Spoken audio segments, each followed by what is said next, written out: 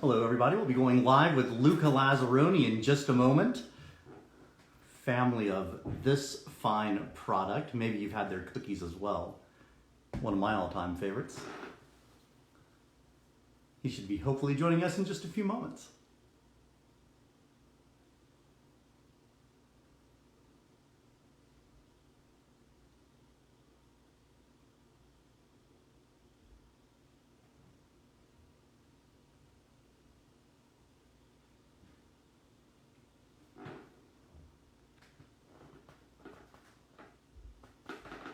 Thank you everybody for joining us today.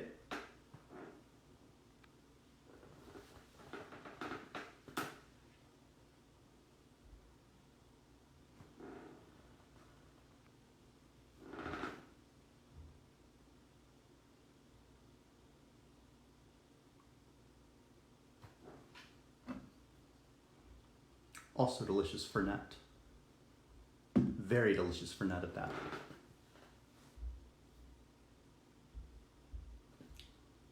Hello, Beth.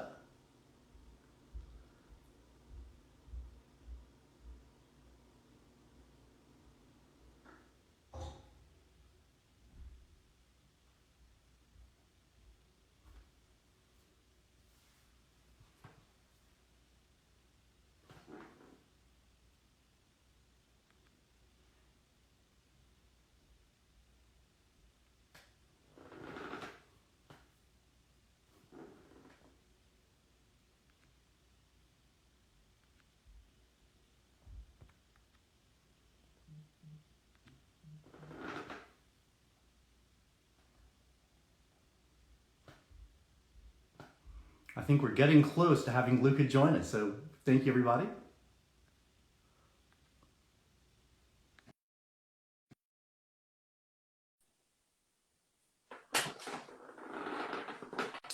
And away we go.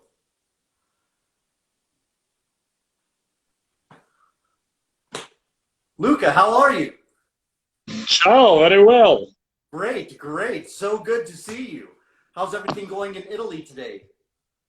Well, everything is like everywhere. Just talking every time about pandemia and everything, all this kind of stuff. But a good trend and enjoy to go back to life. This is where we are now. So we're happy we started to go back out. Fantastic. And Italy is doing very, very well in the Euro. So that's great to see. Top of their group. So I'm very excited about that. Forza Italia. One of my favorite national teams to watch, so very excited for your country for that. It's great to see them back in a tournament again. We are also very happy about it. Yeah, yeah. Now if we can just... It was one time. Copa Mundial soon enough, I hope, you know, we can, hopefully that will not be kicked away or it will all go according to a record. Anyway, well, I just want to say thank you for joining us today.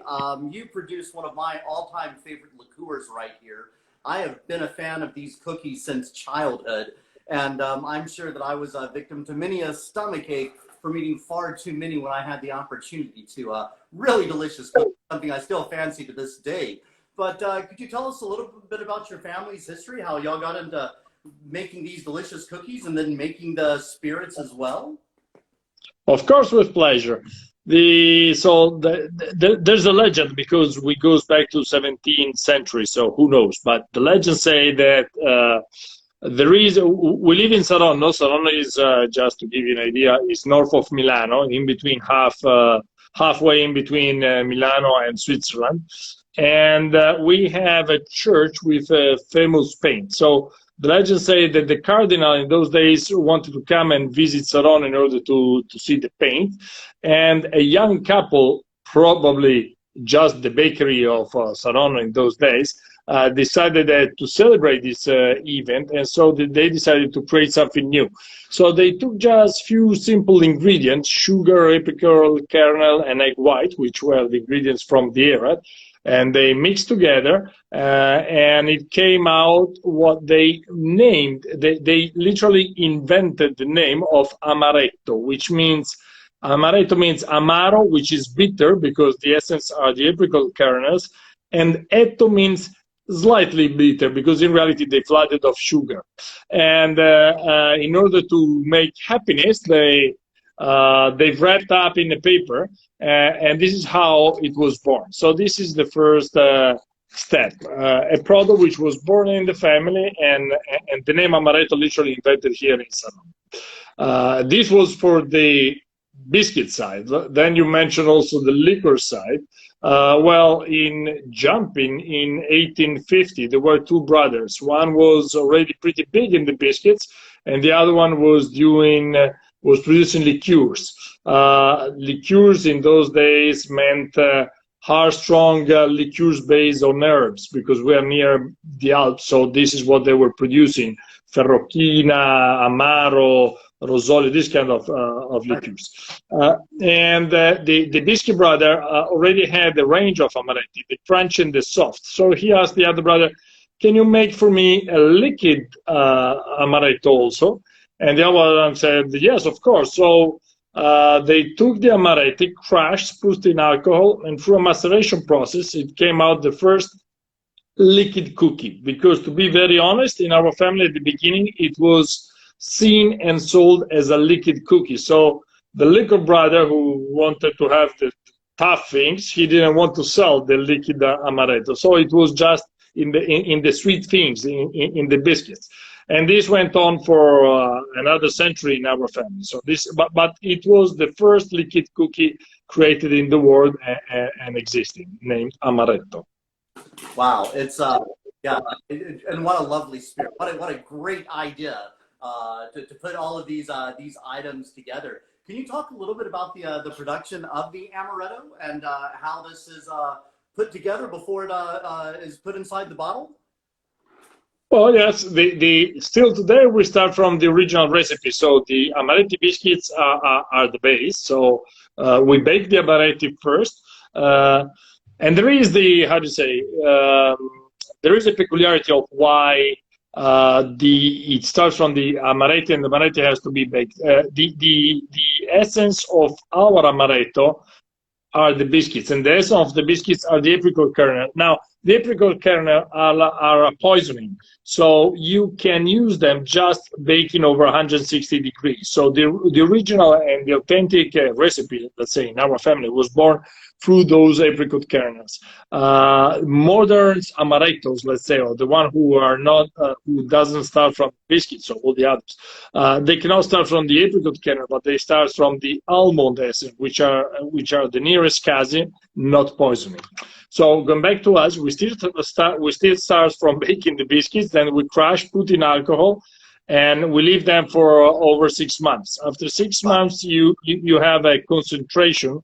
Literally, the biscuits melt into the alcohol, and so you filter this essence, and then you will be adding to this blend some other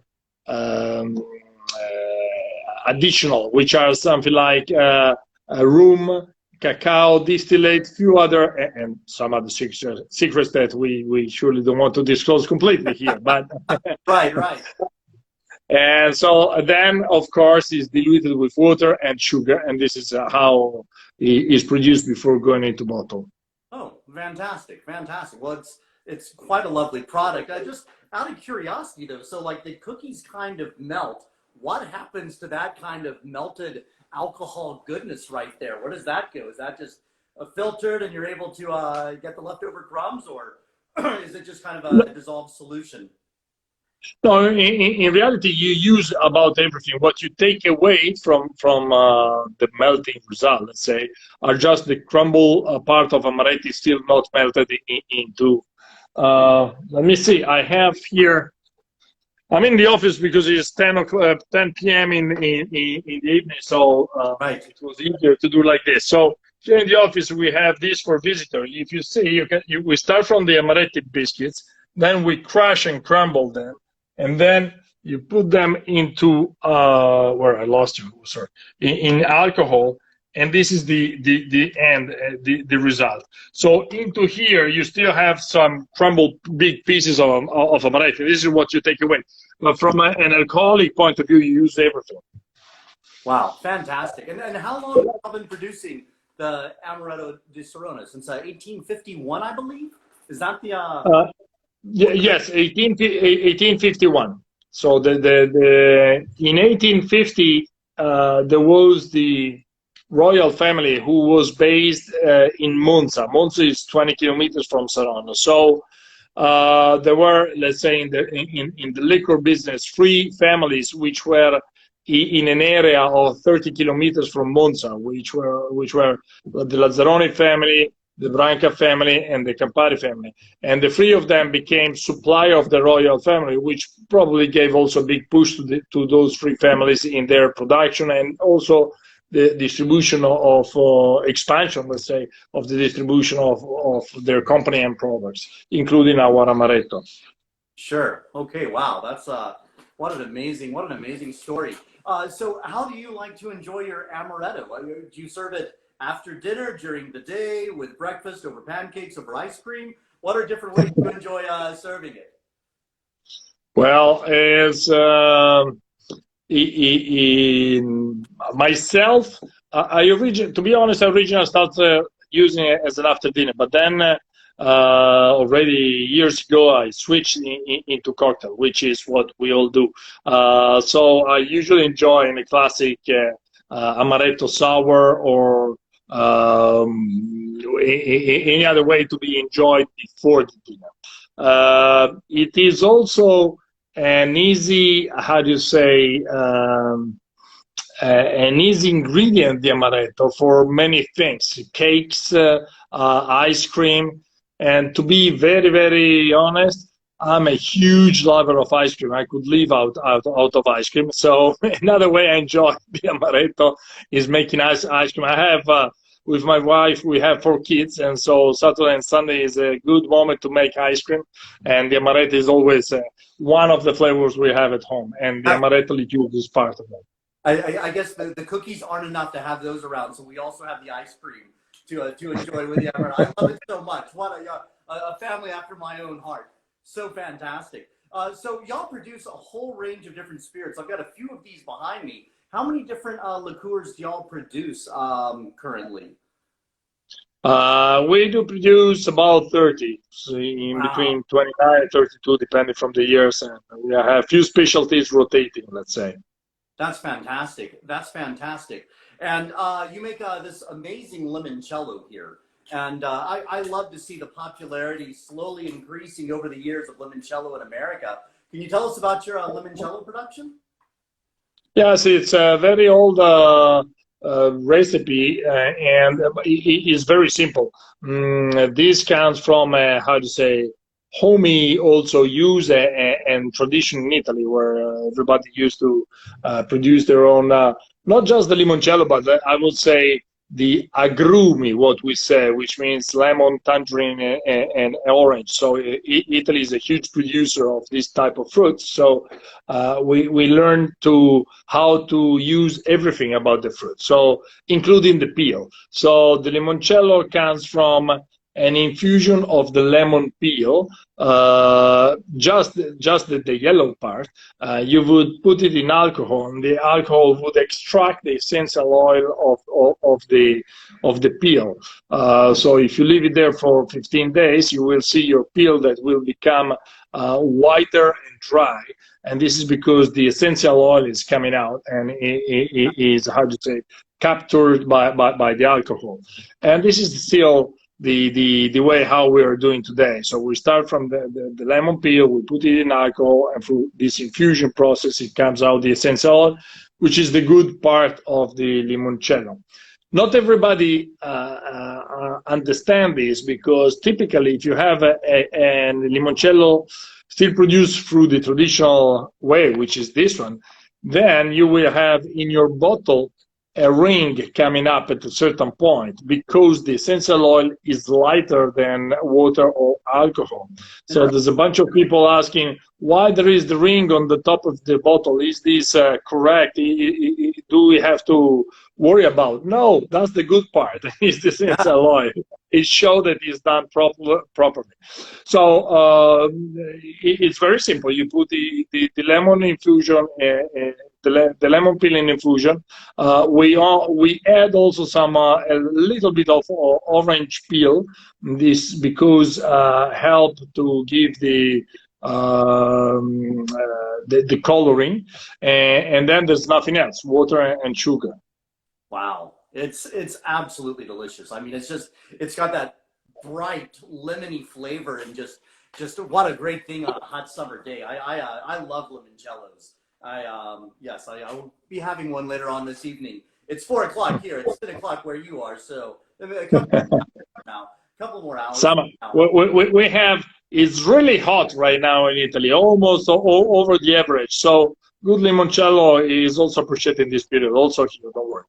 Fantastic. I tell you, a little bit of limoncello with some soda water and a tall glass over ice. That's a really, really refreshing drink on any day. Sort of an adult lemonade, if you will. And I find too that it can augment just about any dessert as well, much like the Amaretto. So speaking of just the Amari side of things, though, so you produce 2 different Amari. You produce this thing that I'm in love with, which is for Fernet, and then also you have just a more of a traditional Amaro. There are different alcoholic strengths with a kind of a similar flavor profile, but could you talk about the differences between the 2 of those?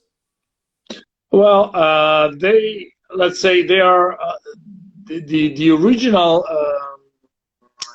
How to say the core side of both of them is the same, which means that you start from root and herbs from the Alps. Now, going back, it is always important to understand why things are born. So again, we are located in between Milano and the Alps. So the Alps are from here just 15 kilometers away.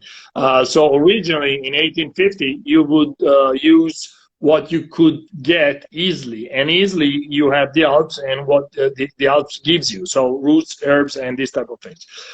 So the 2 of them are in the bitter category, which means that are made out of these ingredients, and herbs and roots typically are really are bitter.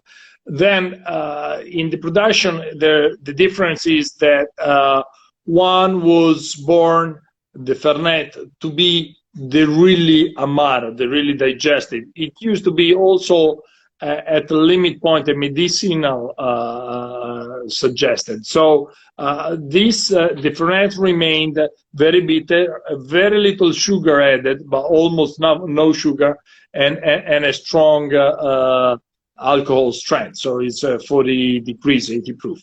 The Amaro instead wanted to be more gentle. So it has been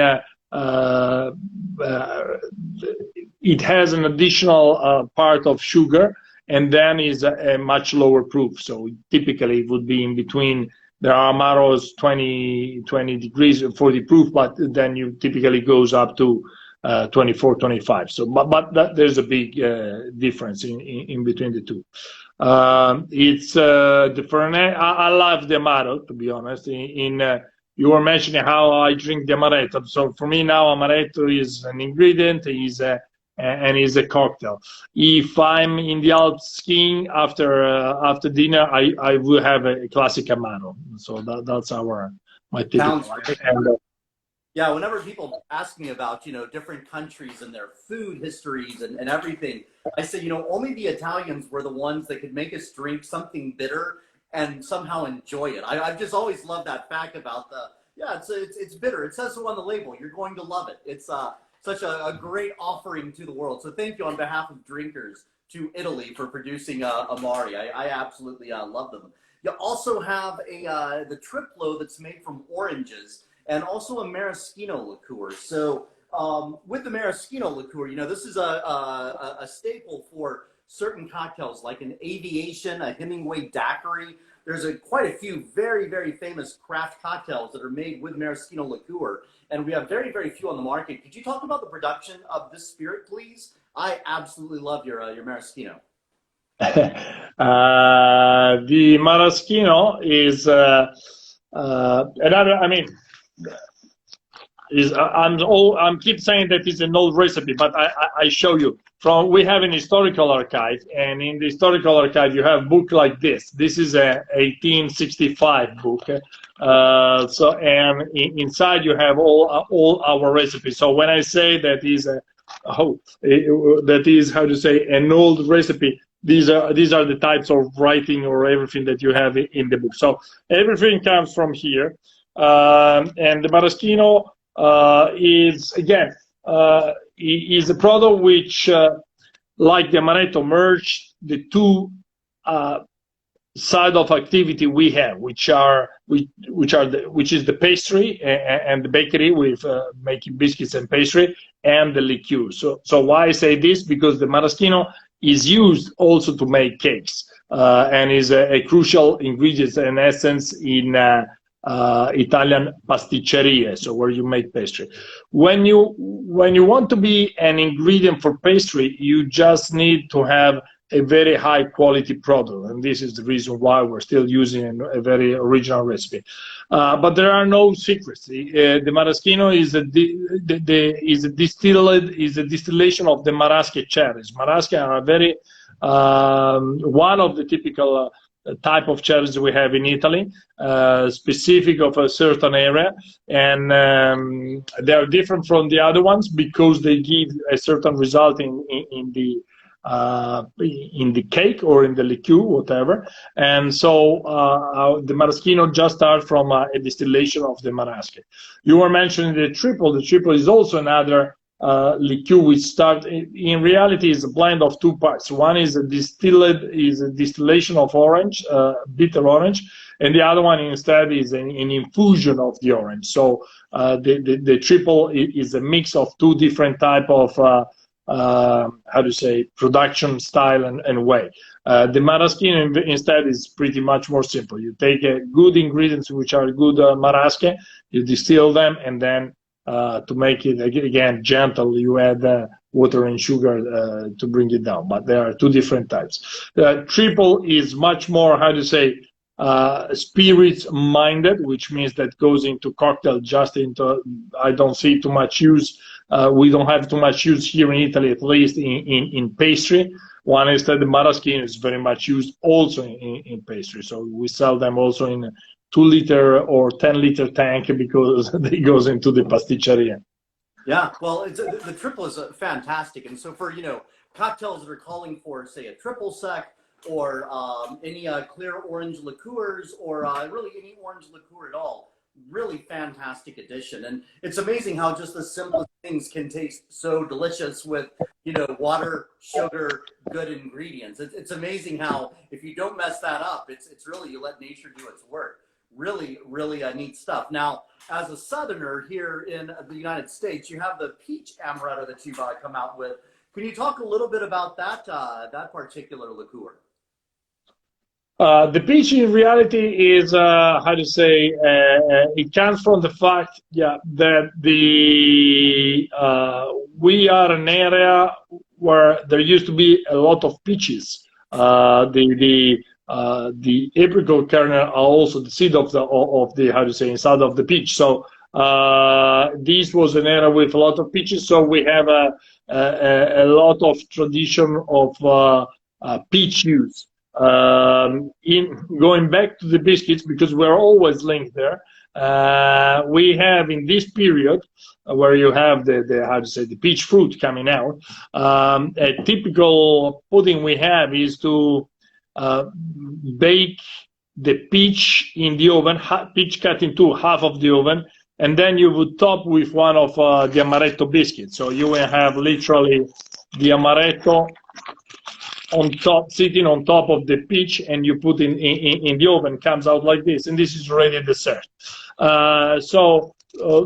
Trying to bring to the liquor the traditional use of the bakery side, we decided just to blend the Amaretto with the peach, just because it's something that goes, for us, Amaretto and peach goes together. It's just something that are linked, and it's a standard use. And in the matter of fact, in the markets where the Amaretto is pretty big, the Amaretto and peach usually pick up very well also.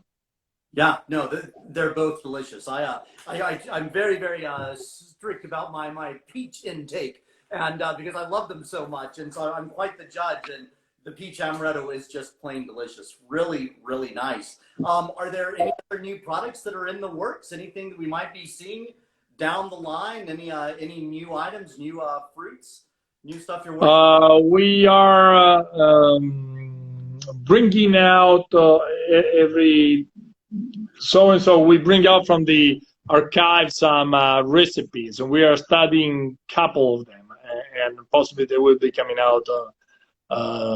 Yeah, I would have said shortly, but in reality, this year off, let's say, of pandemic, with no chance to be in a show and presenting new things or traditional things brought out up to life, delayed a little bit. So probably next year we're gonna go out into the market with something new or new again. Let's say that you can tell the story and new again.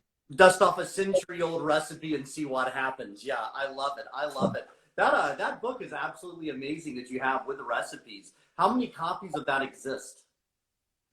Well, we have a full big archive here. In Saronno, being very, how to say it, with such a long story. The family is famous also for this for the history that goes back to the family. And my parents, grandparents, they all were able to have space and people to store things. So we were lucky. Now we have these historical archives, and there's plenty of books like this, split in between liquor and biscuits and artworks. For example, you were showing the Fernet. This is the original label we have from the historical archive. So the archive is not just about recipes, but it's also about labels, artwork, graphic. And there are people who comes and study the labels in the archive, because you can see the evolution of the style from different period, about 300 years. So you have the period of the king, the period of the fascism, the period of Renaissance. So there's a bunch of things that you can find inside there. Oh, wow. So to answer you, we have a lot of books. You can spend days and days studying the Great answer. That's a well-spoken answer. Thank you, Luca. How old were you the first time you had the Amaretto? Was pretty young. In Italy, we're used to drink since we're little. My wife produced wine. There's always someone in the family who produce either wine or the limoncello home or any kind of liquor. So we are used, since we are kids, to drink a little bit. Just they teach us also not to drink too much, but to drink well and a little bit. So I think I was pretty young when I started and tried. My kids already tried a little bit, just because they wanted to see the process of producing the limoncello and the arancello. So we made it at home. We peeled together one Sunday. We put in alcohol, and they saw the process. And at the end, they said, "Can we try now?" I said, "Okay, just a very little bit, but you can." So right. So this is how start usually. So cool. So cool. Well, anything you would like to add or share, Luca? Any funny story from your family's history, or anything interesting that you'd like to tell us about that maybe I did not ask, or any thoughts you'd like to share with the drinking world? Well, no, it's, I mean, if you ask about histories, there's a bunch of histories I can tell you, but probably it would be boring. No, there's nothing to say to the drinking world. We bring to our passion is to bring to make niches. What does it mean? Both in the bakery side, or the biscuits with the Amaretti, or the liquors, we produce. Our aim is to bring to the public things as they used to be done originally in the old days. So, for example, in the bakery side, I've asked every day if we can follow some trend with sugar-free, these kind of things. This is not our job. Our job is to bring to you and to the people the things as they used to be originally in the old days. Usually these things means also quality, tradition, passion. So this is why I can tell you a bunch of stories, because when you bring back things from the history, you also bring to people a history, tradition, a heritage. I'm generation number 9, so there has been the 9th generation before doing the same thing. It is a tradition, and this usually means quality, means a passion in looking for the best ingredients, sometimes looking for the original ingredients. In this book, there is a liqueur called sesaminga, which is translated means we don't know how it's called, and so it's something that picked our attention, because a liquor called we don't know how to call this. So we went through the ingredients, and we started to see if we could reproduce it. And there's a bunch of ingredients that you cannot find them anymore today. So it's curious, it's funny. So it's not just producing something, it's also studying what's behind, why they used to use those type of ingredients, and why today they're not, we're not capable anymore to find them. So what did it happen? Was it just a question of, how do you say, use, no more use? Or was it a question of costing? Or was it a question that they're not allowed anymore today? They were, going back to the answer, on my opinion, the drinking world is evolving into passion. We all know that drinking too much might be risky, so you need to be conscious. So if you want to drink something, you have to study what is it, why you're drinking, and it is a question of passion. Passion not just for the product you're drinking, but for what brings you. And usually it's sociality, speciality, so it's friendship. It is what we missed in the past 2 years, usually. Well, we had it at home, but it was not the same thing like being with a bunch of friends and a glass of in front of a fire in the evening and having a good Amaro, or after a nice skiing day. So this is what is my word to the drinking world. Bring out, keep up your passion, your sociality, and let's enjoy all together. I love it, man. I love it. Well, Luca, thank you so much. I look forward to you coming to the United States. We can enjoy this delicious amaretto and everything together, or perhaps even in Italy. But thank you so much. Thank you for everyone who watched this today. And just one more shot of that bottle, because it's so striking and beautiful. So many great products that we represent.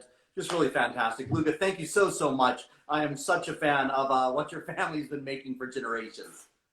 Thank you for the opportunity. Thanks everybody who has been watching us. Yes. Thank you. Cheers, y'all. Have a nice night. Thank you. Bye-bye. Ciao. Ciao.